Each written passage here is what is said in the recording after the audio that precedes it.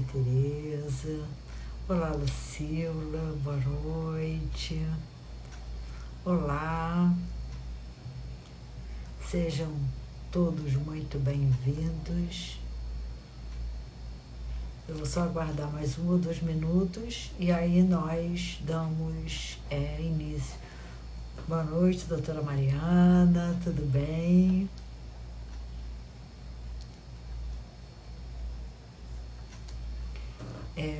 Hoje eu não vou demorar muito a começar,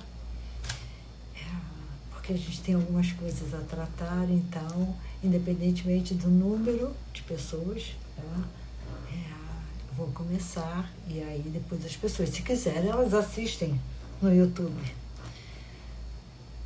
Vou dar só mais 2 minutos, são 20 horas e 2 minutos, mais 2 ou 3 minutos no máximo, e aí a gente começa.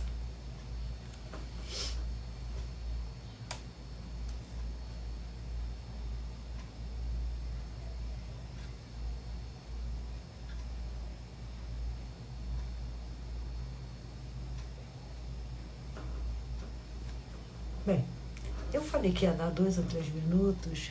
Oi, Evelyn, boa noite. Mas eu vou começando agora devagar e as pessoas, conforme elas forem entrando, elas vão se situando. E aí, você vai ou fica. Esse é o título da live. Bem, espero que todos estejam bem dentro de suas possibilidades. Bem de saúde, bem profissionalmente, bem de humor, bem de dinheiro, bem amorosamente, enfim, literalmente de bem com a vida. Então eu espero que todos vocês estejam de bem com a vida. Caríssimos, a vida se confunde com os afetos e com o tempo. Spinoza e Jean-Marie Guiot, respectivamente, que o digam, né? Jean-Marie Guiot em relação ao tempo e Spinoza em relação aos afetos. Vocês devem estar se perguntando, obviamente, e o que isso tem a ver com... E aí você vai ou fica. Eu respondo a pergunta que eu imagino que vocês estão fazendo. Calma, caríssimos. Chegaremos lá e os senhores entenderão. Boa noite, João Paulo, seja bem-vindo. Bem, se a vida se confunde com os afetos e com o tempo, vou problematizar o afeto-amor. Isso porque é o afeto percebido e entendido culturalmente como nobre, ou talvez como o mais grandioso e indestrutível dentre todos os demais afetos. E ainda, há a crença de que o amor é o afeto salvador da humanidade. Misericórdia. Misericórdia. Que fardo para esse afeto chamado amor. Ele ser colocado como o afeto salvador da humanidade é um fardo muito grande. Mas ele é assim colocado. Mas há controvérsias. Peter Pan pergunta ao Andy. Peter Pan pergunta ao Andy. Ódio é uma palavra forte, não acha? O Andy responde, amor também é. E as pessoas falam como se não significasse nada.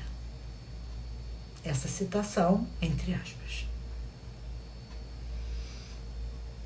Então, o ódio é uma palavra forte, é um afeto forte. Mas o amor também é, e as pessoas falam como se não significasse absolutamente nada. Sigamos. Não me parece que o Andy esteja enganada. Ratifico que não estou aqui, eu, Virgínia Ferreira, para atribuir nenhum juízo de valor à forma com que cada um se posiciona no mundo, age sobre ele, direciona e vive seus afetos. Então eu não estou aqui para julgar. Não me cabe julgar. Por alguns motivos. Destaco apenas 3 motivos. Dentre os motivos que eu não estou aqui para julgar, eu destaco 3. Primeiro, porque isso não me diz respeito. A forma com que cada um vive seus afetos, se posiciona no mundo, não me diz respeito. Segundo, porque isso não afeta em nada a minha vida. A forma com que cada um se posiciona no mundo não afeta em absolutamente nada a minha vida. E terceiro, porque quem sou eu para julgar o outro? A forma com que o outro se posiciona, a forma com que o outro vive seus afetos, quem sou eu para julgar isso? Então, eu não tenho, nenhuma condição de julgar, nem gostaria de. Meu propósito é apenas o de problematizar as formas de amor a fim de entender as mutações que os afetos, aqui especificamente o amor, sofre com o transcorrer das épocas. Tanto na percepção que as pessoas têm dele, do afeto amor, quanto na forma que as pessoas o vivenciam. Nada além disso. Então, eu tenho o propósito de entender essas transmutações que os afetos sofrem, não só na percepção das pessoas, mas, consequentemente, na forma com que as pessoas vivem esses afetos. Ao visitarmos a história da humanidade, eu acho sempre muito prudente e muito adequado nós visitarmos a história da humanidade. O amor era um afeto dirigido a algum tipo de vida. Amor à vida, amor aos animais, amor ao próximo, amor a si mesmo. Enfim, um afeto dirigido à vida, a vidas, um afeto dirigido a vidas de animais humanos e não humanos. Então, o amor era um afeto dirigido a animais humanos e não humanos. Hoje, 2024, aliás, de algum tempo para cá, talvez de uns 5 anos, 10 anos para cá, parece ter tomado um curso diferente. Então, a forma que as pessoas amam e a quem esse amor se dirige tomou um curso diferente. Ora, nós sabemos que de época para épocas há determinadas renúncias da era medieval para a era moderna. O centro de referência deixa de ser Deus para ser o homem e a ciência. Ok? Então, o amor deixa de ser dirigido pelaquilo que Deus diz que tem que ser, para ser dirigido pelaquilo que o homem diz que tem que ser. Ok. Então há renúncias. Mas nós vivemos da modernidade para a pós-modernidade, ou para a modernidade líquida, como diz Bauman, uma forma de renúncia, eu diria, mais contundente, e que desloca a condição humana para um lugar do indeterminado. Mas vamos seguir. Bem, então, hoje, parece ter tomado um curso diferente.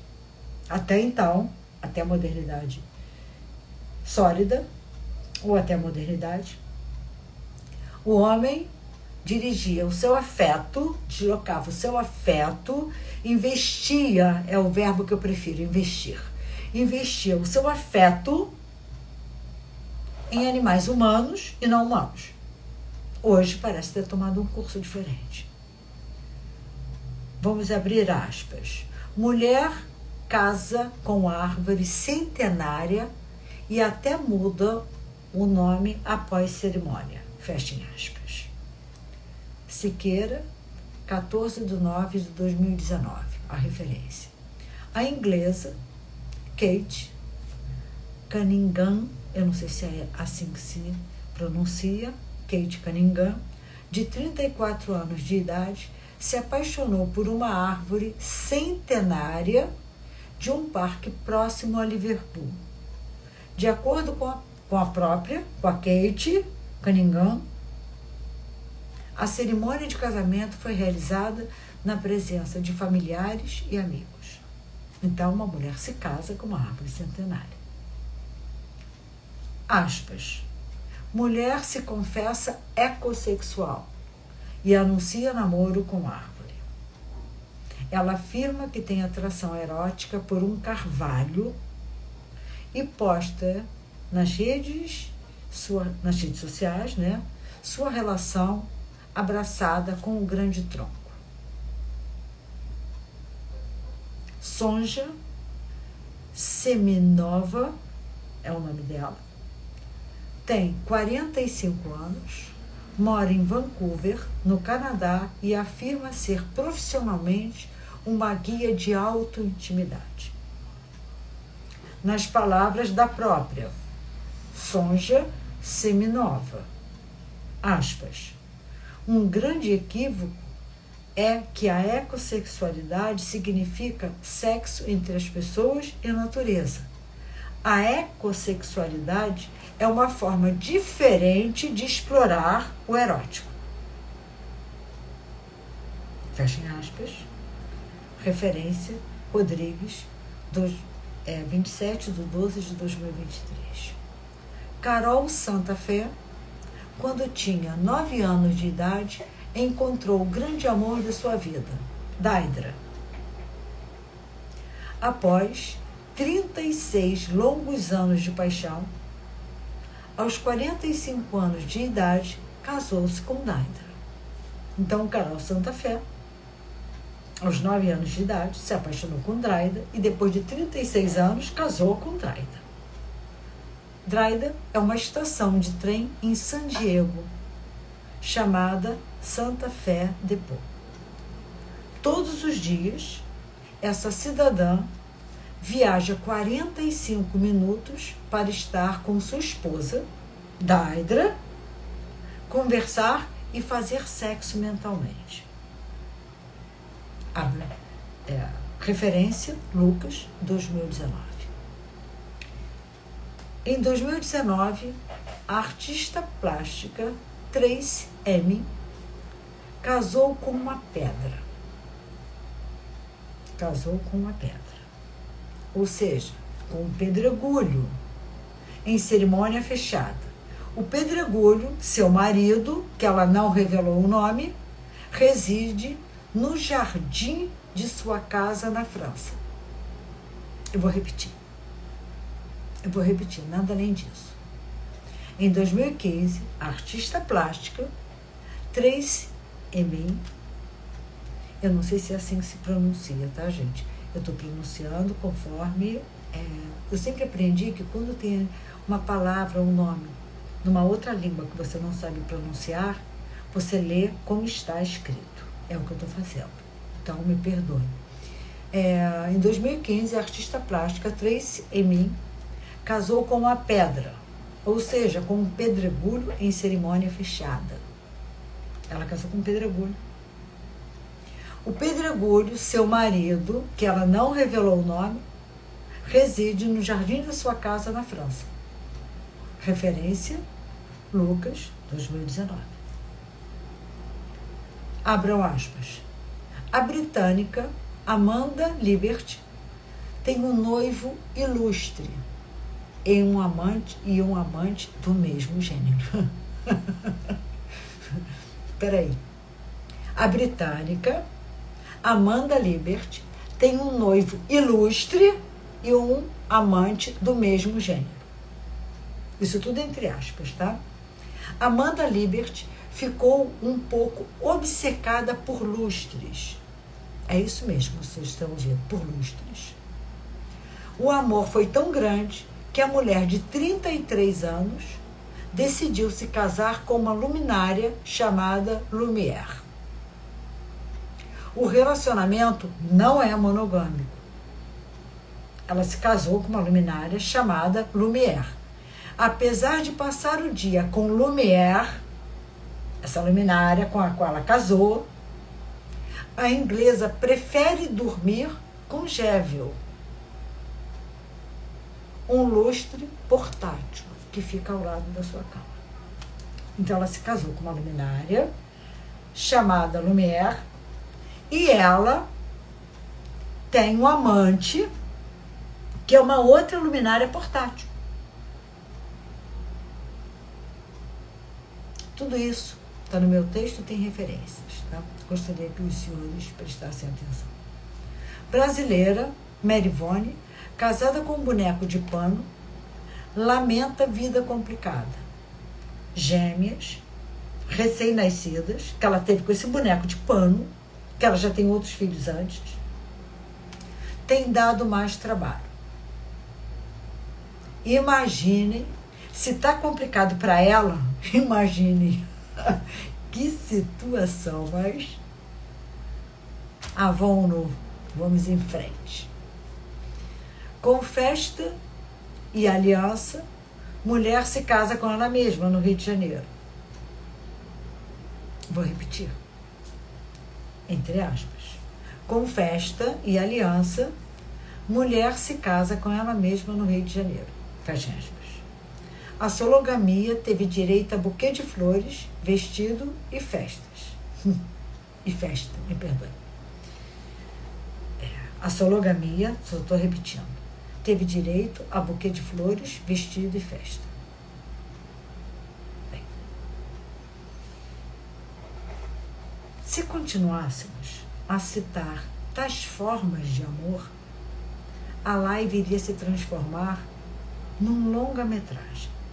Iria se transformar em alguma coisa que nós ficaríamos aqui e certamente levaríamos dias falando sobre isso.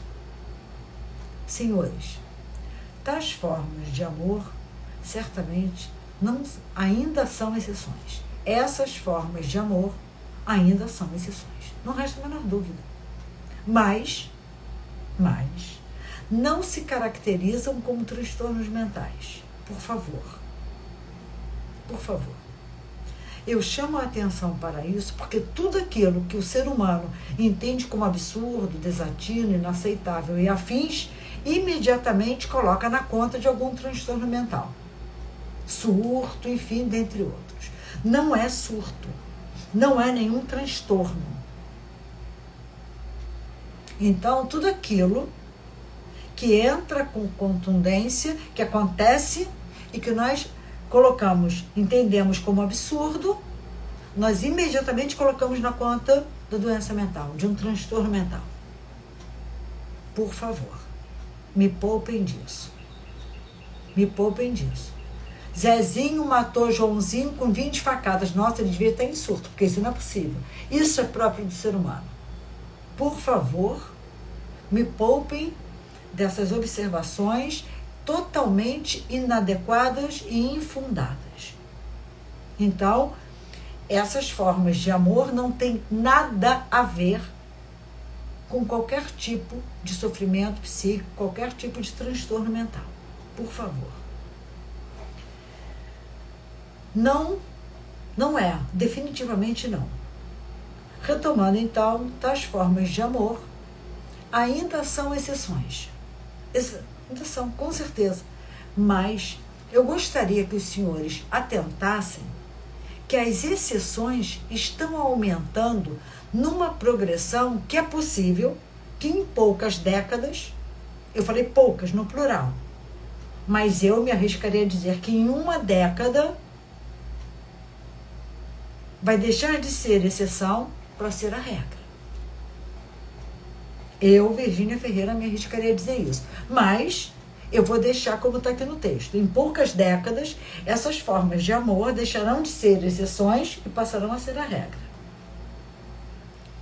A questão que se impõe é porque há um número crescente de pessoas que estão se relacionando com algo, não importa se é árvore, boneco de pano, panela elétrica de arroz, robô, mala, roda gigante, pedregulho, enfim, não importa, mas com algo que não as contraria, que não as desagrada, que não as critica, que é um objeto de propriedade sem qualquer tipo de contradição. Então eu vou voltar ao raciocínio, que é importante que a gente pare para problematizar e para entender isso. A questão que se impõe é por que é um número crescente de pessoas que estão se relacionando com algo, não importa se árvore, boneco de pano, panela elétrica de arroz, robô, mala, roda gigante, pedregulho, enfim.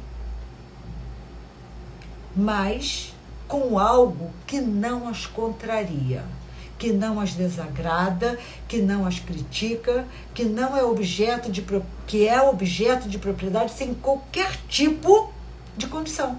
Uma pedra, para ser propriedade do outro, não impõe condição nenhuma. Uma roda gigante não impõe condição nenhuma. Um boneco de pano não impõe condição nenhuma. De acordo com Nietzsche,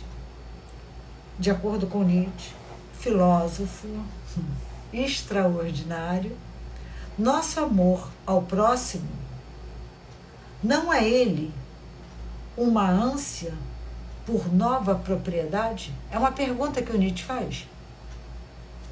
Vou repetir. De acordo com Nietzsche, 2 pontos, abram aspas. Nosso amor ao próximo não é ele uma ânsia por nova propriedade? Interrogação. Continuando entre aspas, porque são palavras do Nietzsche. Mas é o amor sexual que se revela mais claramente como ânsia de propriedade. O amante quer a posse incondicional e única da pessoa desejada. Quer poder incondicional tanto sobre sua alma como sobre seu corpo. Fecha aspas, 2012, página 64. Nietzsche. Senhores, vou só repetir as palavras do Nietzsche. Mas é o amor sexual que se revela mais claramente como ânsia de propriedade. O amante quer a posse incondicional. Posse incondicional você tem do quê? De uma pedra. De um boneco de pano, de uma roda gigante, de uma panela de pressão elétrica, de uma janela, enfim. Por favor. Né? Por favor. Bem, eu vou te pedir desculpas, eu acho que Rafael, mas eu não tenho como ficar respondendo agora essas perguntas, mas num outro momento eu respondo, com certeza. Bem, Nietzsche, senhores, é absurdamente genial. Vou repetir. Nietzsche é absurdamente genial. Como eu costumo dizer, Nietzsche é um escândalo. Um escândalo, quando eu digo assim, Nietzsche é um escândalo, Spinoza é um escândalo, Freud é um escândalo, Jean-Marie Guion é um escândalo. Eu estou dizendo assim que eles têm um conhecimento, uma inteligência, uma capacidade de articulação do pensamento genial. É isso que eu digo, né? Quando eu digo que é um escândalo. É isso, né? É absurdamente genial, é isso que eu disse antes. Nietzsche é um escândalo. Spinoza é um escândalo, Jean-Marie Guion é um escândalo, Freud é um escândalo, enfim, né? Jung é um escândalo. Aliás, o Jung sempre foi de uma inteligência e de uma cultura assim estupenda. Bem, são relações nas quais a troca é uma via de mão única. Você com a pedra, você com uma roda gigante, você com um boneco de pano, você com uma árvore, é uma via de mão única. Mas que no fim das contas faz um rompoint. Eu adoro essa expressão em francês, rompoint. Rompoint des Champs-Élysées, né? Em Paris, a Champs-Élysées tem um rompoint quase no final dela. É muito interessante. E o que é rompuan em português? Vocês vão me perguntar, né? Eu acredito que nem todos sabem. No Brasil é chamado de rotatória ou rotunda. Gente, rompuan, rotatória ou rotunda, tem uma diferença, não tem? Nada contra, mas tem uma diferença. Que significa construção em forma circular. Praça ou largo circular onde desembocam várias ruas ou avenidas.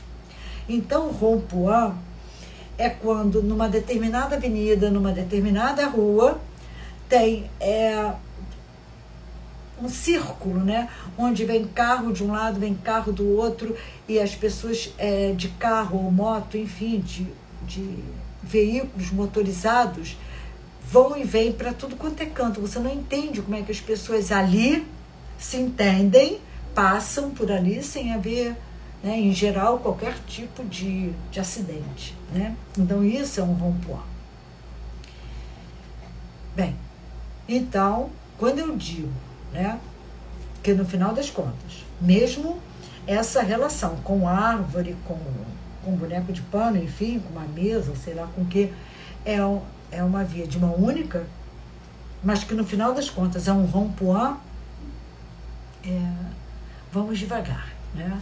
Temos algumas questões nesse balaio humano que precisamos discutir.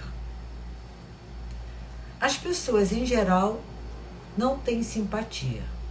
Num português claro e objetivo, não suportam o diferente. E aí, alguém falou aqui, não, João Paulo, Praça da Liberdade não é um rompuan. Não é muito larga. Rompuan é quando isso acontece no meio da avenida. As pessoas, em geral, não têm simpatia, no português claro e objetivo, não suportam o diferente. O Jung, ou pelo menos tem uma frase atribuída a ele, segundo a Anísia da Silveira, que eu gosto muito, que o Jung diz, né? Para nosso descontentamento e desespero, o outro é irremediável, diferente da gente. Né? Fecha aspas. A Anísia da Silveira é que traz essa fala do Jung, o que eu concordo plenamente. Então, se na física polos opostos se atraem, eu, como boa freudiana, diria que, em termos de relacionamento, polos opostos não se atraem. Polos parecidos, não iguais, se atraem. Né? Então, polos diferentes se repelem. E polos iguais, ou parecidos, iguais não, porque não há duas pessoas iguais no mundo, mas parecidas se atraem.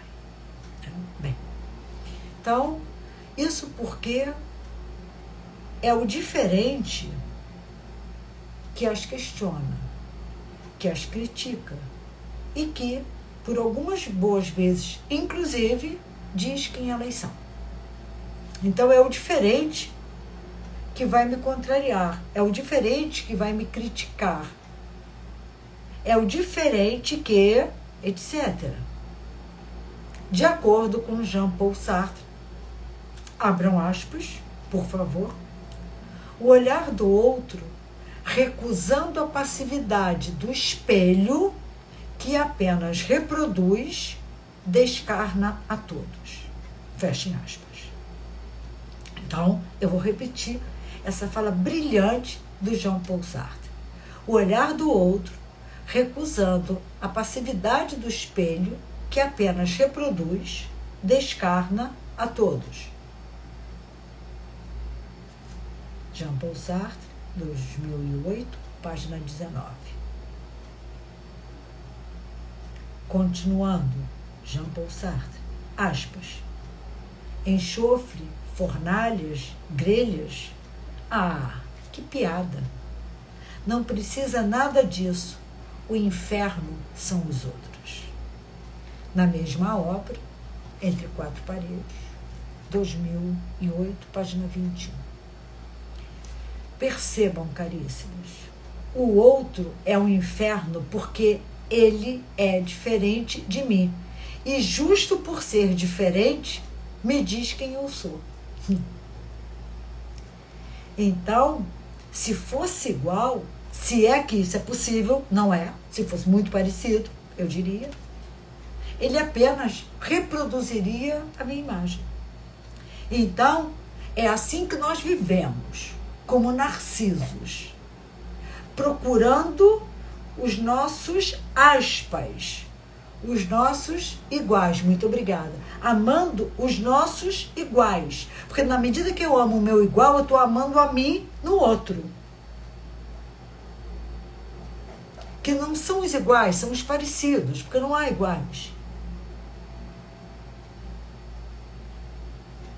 Bem, se ficássemos por aqui, já seria o suficiente, mas precisamos continuar. Esse foi o primeiro, né? Aqui, quando eu falei lá em cima, vamos devagar, temos algumas questões nesse balaio humano que precisamos discutir. Esse foi o primeiro, a primeira questão. A outra questão é a seguinte: o outro, leia-se, a mala, o boneco de pano, o robô, os pedregulhos, estações de trens e afins, além de não me dizer quem eu sou, não me criticar, não me questionar, não me contrariar, a princípio também não me deseja. Também não me deseja. Mas quem disse que não me deseja? Interrogação. Quem disse que uma pedra não me deseja? Quem foi que disse que um boneco de pano, uma mala não me deseja? Como assim? A questão é eu me sentir desejada. É eu me sentir amada, entendem? O outro, na realidade, senhores, pouco importa. Como a vida, quem dá ao outro sou eu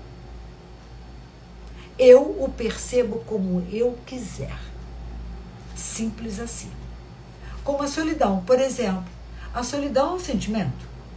Eu posso estar sozinha e não sentir solidão. Por outro lado, eu posso estar acompanhada e me sentir sozinha. Então, o outro, na realidade, é uma construção minha. É uma construção minha.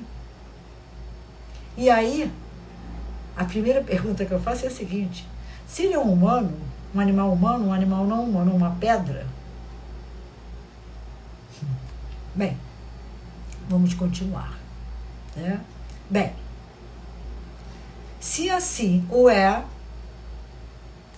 estou dizendo, o que o outro representa para mim?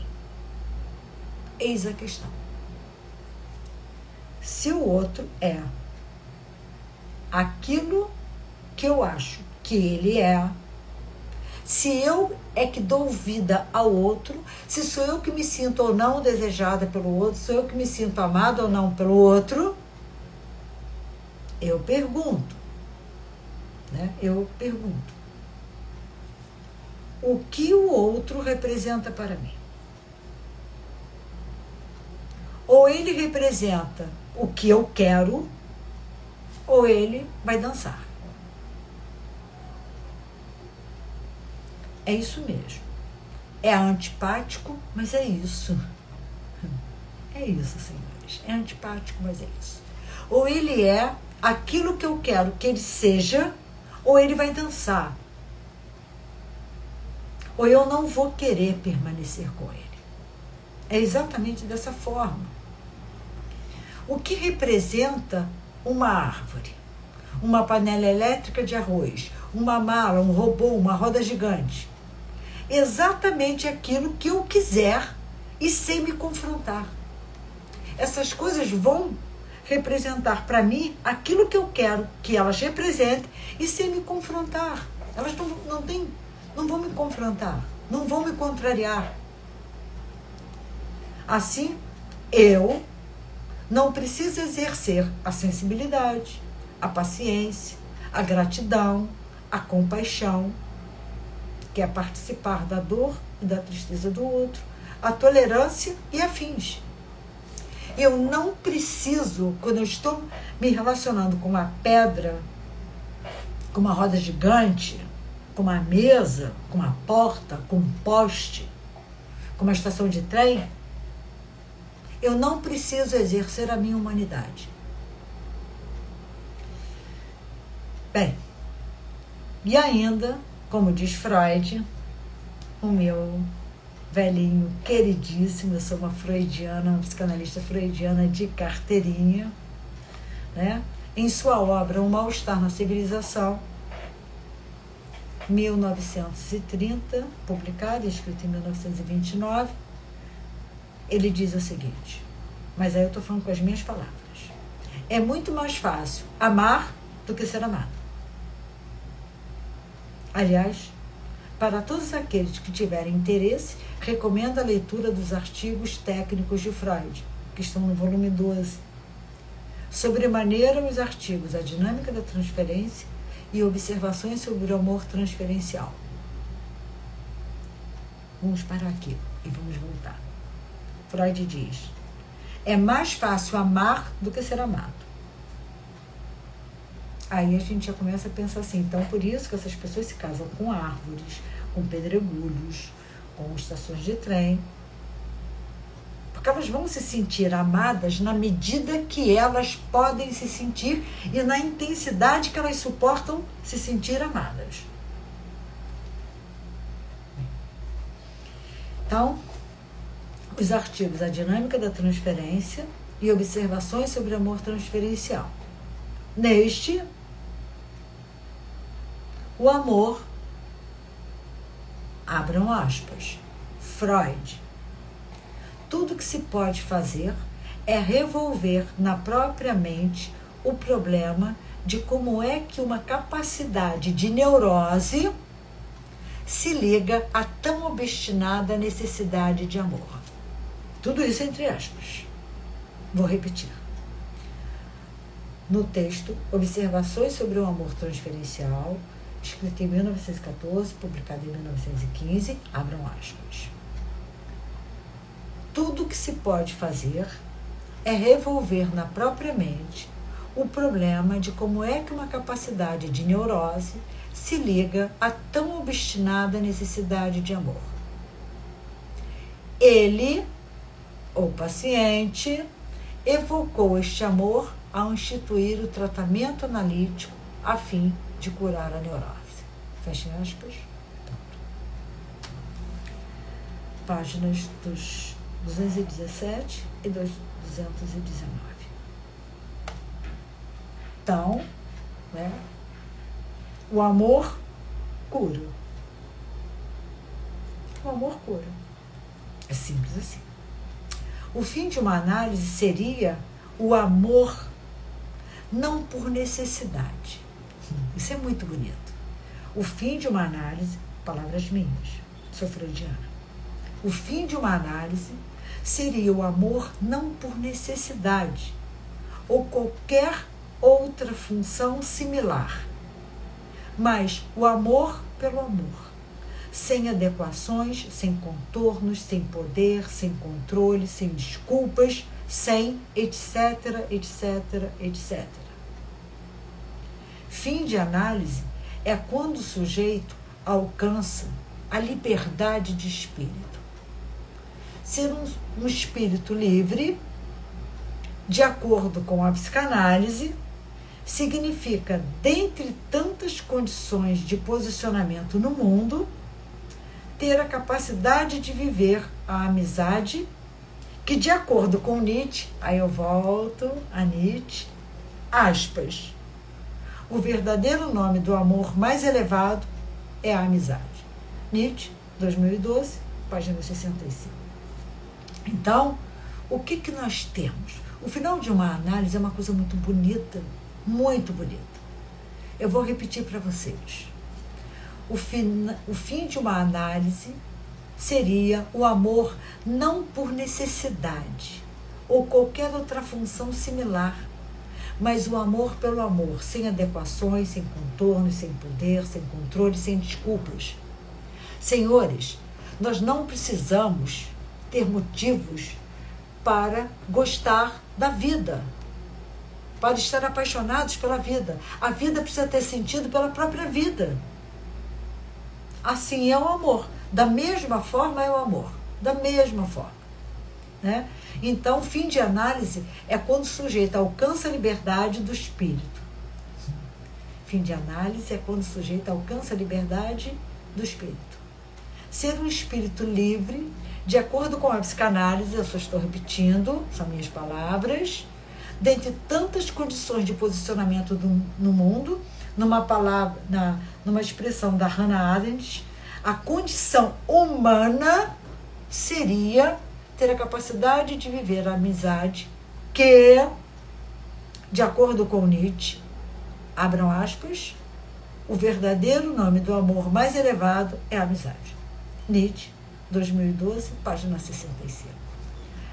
Continuando, agora com Nietzsche, mais uma citação do Moraes, então abram aspas, porque não são minhas palavras, é uma citação do Moraes, 2019, aspas. Nietzsche compreende a verdadeira amizade como uma ligação entre iguais no querer, mas não entre quaisquer iguais entre si, abstratamente, segundo algum conceito. Devem ser iguais em um sentido muito especial, o de querer mais do que a si e do que um ao outro. Fecha aspas. É o querer pelo querer. Bem, não sou filósofa, senhores, não sou filósofa, sou psicanalista. Então, os filósofos, que me perdoem, né? Eu não sou filósofa, eu sou psicanalista. Apesar de ser uma apaixonada pela filosofia, conheço muito pouco, gostaria de conhecer muito mais. Mas, às vezes, eu me lanço assim nos discos, né? Mas vamos nós. Não sou filósofa, sou psicanalista. Então, se eu disser alguma bobagem, por gentileza, releve, me perdoe. Pelo pouco que conheço da filosofia nietzschiana, me arrisco a dizer que, para viver o amor, é condição que aconteça um encontro entre dois espíritos livres e que tenham coragem para o enfrentamento. Isso é o que eu entendo de Nietzsche. Eu, Virginia Ferreira. Isso, hoje, é tão raro, se é que um dia foi fácil e foi abundante, né? Que os espíritos livres humanos têm esse encontro com os animais não humanos que, por natureza, são espíritos livres. E por isso, o enfrentamento compõe sua existência. Isso é potência. Os animais não humanos são espíritos livres. É isso que eles são. E alguns humanos conseguem alcançar essa liberdade de espírito. Alguns poucos. O enfrentamento, dentre algumas características que o compõem, encontra-se a abertura para o diálogo. Então, prestem atenção, por favor. Por favor. O enfrentamento acontece entre espíritos livres. Eu não estou falando desse bater testa, bater ombrinho, que tem por aí, essas coisinhas, não. Não é disso que eu estou falando. Eu estou dizendo que o enfrentamento, dentre algumas características que o compõem, porque o enfrentamento tem algumas características, não são poucas, nem rasas, encontra-se a abertura para o diálogo. Hoje, propõe-se o diálogo com a palavra em riste, acusatória, tentando colocar o outro onde ele não está. Isso não é enfrentamento, isso não é diálogo, isso é desrespeito. Desrespeito à dignidade do outro, desrespeito à autonomia do outro, desrespeito ao outro. É um desrespeito, do verbo desrespeitar. Isso não é proposta de diálogo, é proposta de subserviência. Então, quando o outro diz que ele te propõe um diálogo e vem com a palavra em riste, eu falei a palavra em riste, e vem tentando colocar o outro no lugar onde ele não está, isso não é proposta de diálogo, está muito longe disso. Está muito longe disso. Isso é uma proposta de colocar o outro no lugar de subserviência. Como assim? Como assim? Como pode? É uma pergunta. Entendo. Se o senhor disse que o Flamengo não jogou bem, é porque o senhor é torcedor do Vasco da Gama. Torcedor do Vasco da Gama é etc, etc. Epa, é assim que as coisas funcionam.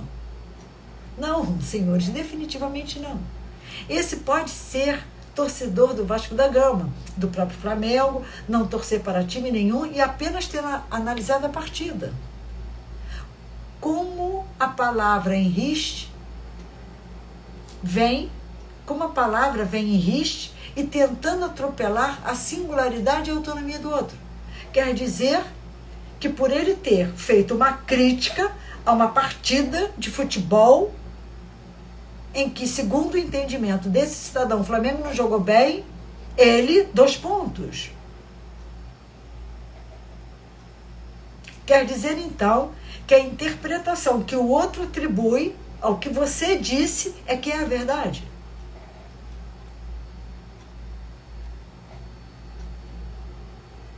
Isso não é diálogo. Isso não é respeito ao outro. Isso não é enfrentamento no sentido filosófico da palavra. Isso é qualquer coisa, menos enfrentamento no sentido filosófico da palavra.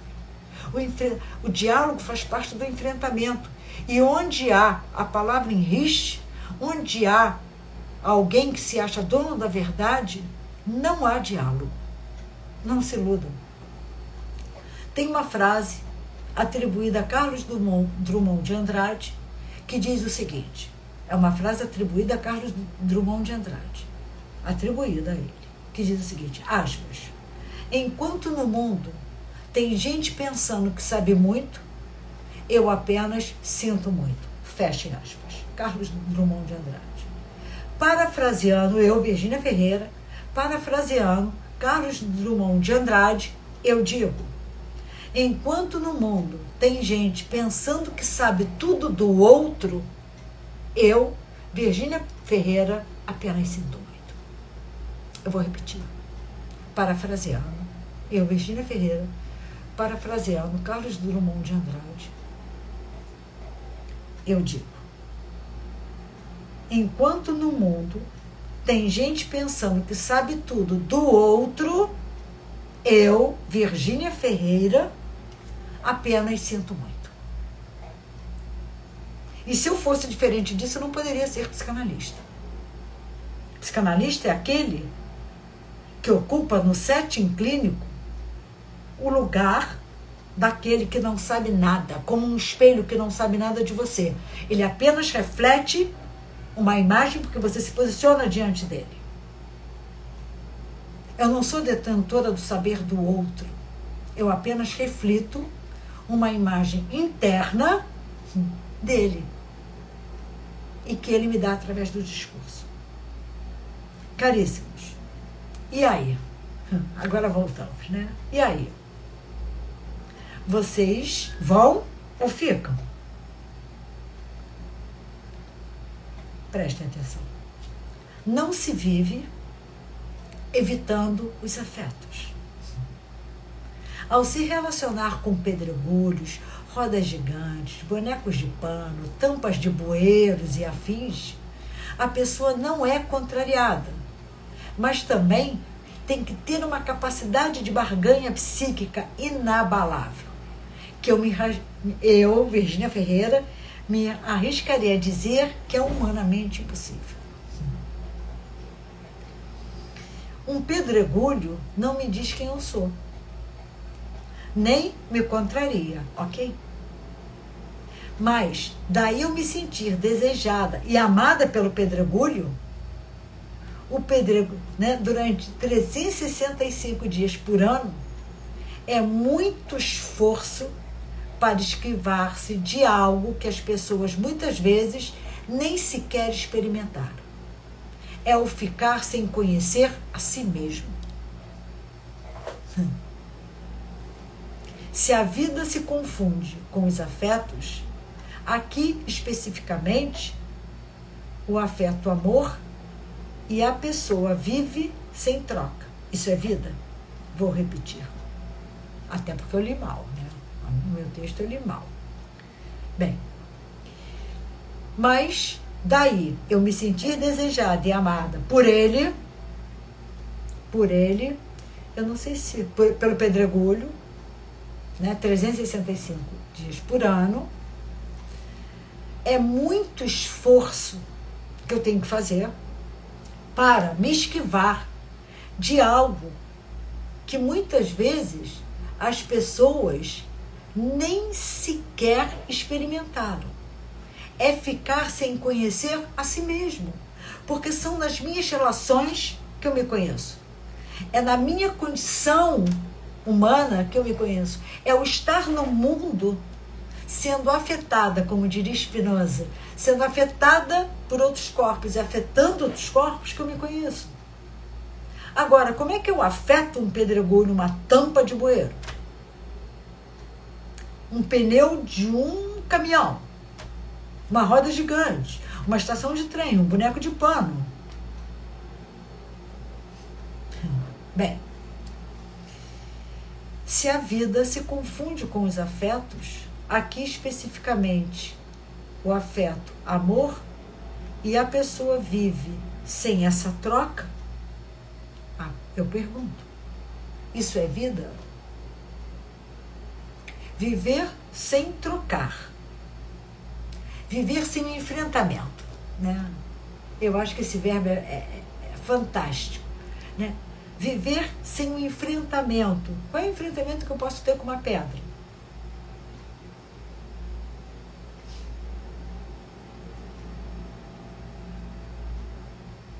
Com um pedregulho, com uma árvore? Nenhum. A minha pergunta é simples. Viver sem esse enfrentamento, viver sem afetar e ser afetado, isso é vida? É apenas uma pergunta. Há pessoas que vão. Há pessoas que vão. Que amam, que sofrem, que se alegram, que se odeiam, que estão em movimento, que vivem no enfrentamento. Há outras que não vão, que ficam. Então, há pessoas que vão, que vivem no... E sem reciprocidade, exatamente. Há pessoas que vão, que vivem no enfrentamento. Há outras que não vão, que ficam. Finalizo com Caetano. Cada um sabe a dor e a delícia de ser o que é. Palavras do Caetano. Eu, Virgínia Ferreira, sou enfrentamento, sou movimento. Mas é o mesmo Caetano que diz: qualquer maneira de amor vale a pena. Qualquer maneira de amor vale a pena, segundo Caetano.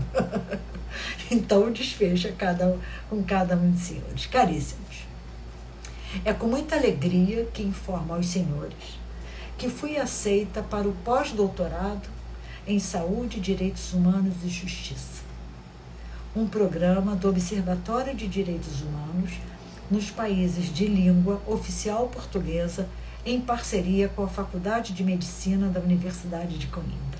Exatamente isso. O meu projeto de pós-doutoramento, de pesquisa, né, intitula-se, bioética, direitos humanos e contemporaneidade. Fecha aspas. Senhores, estudar, fazer live, dar aula, palestrar, é uma das minhas formas de amar a vida, de amar o próximo. Seja esse próximo um animal humano ou não humano. é ampliando minha visão de mundo, melhorando minha condição humana, minhas aulas, meus atendimentos psicanalíticos, minhas palestras, minhas lives, meus resgates de animais não humanos, enfim, minhas ações, meu estar no mundo. Eu, Virgínia Ferreira, não acredito num ir sozinha. Não acredito na construção de uma sociedade mais justa de forma solo. Que esse pós-doutoramento seja mais uma estratégia de saber e que nos dê, né, a mim, aos meus seguidores, a mim, muitíssimo obrigada, Alice, minha cunhadíssima querida, meu irmão Isaías, muito obrigado.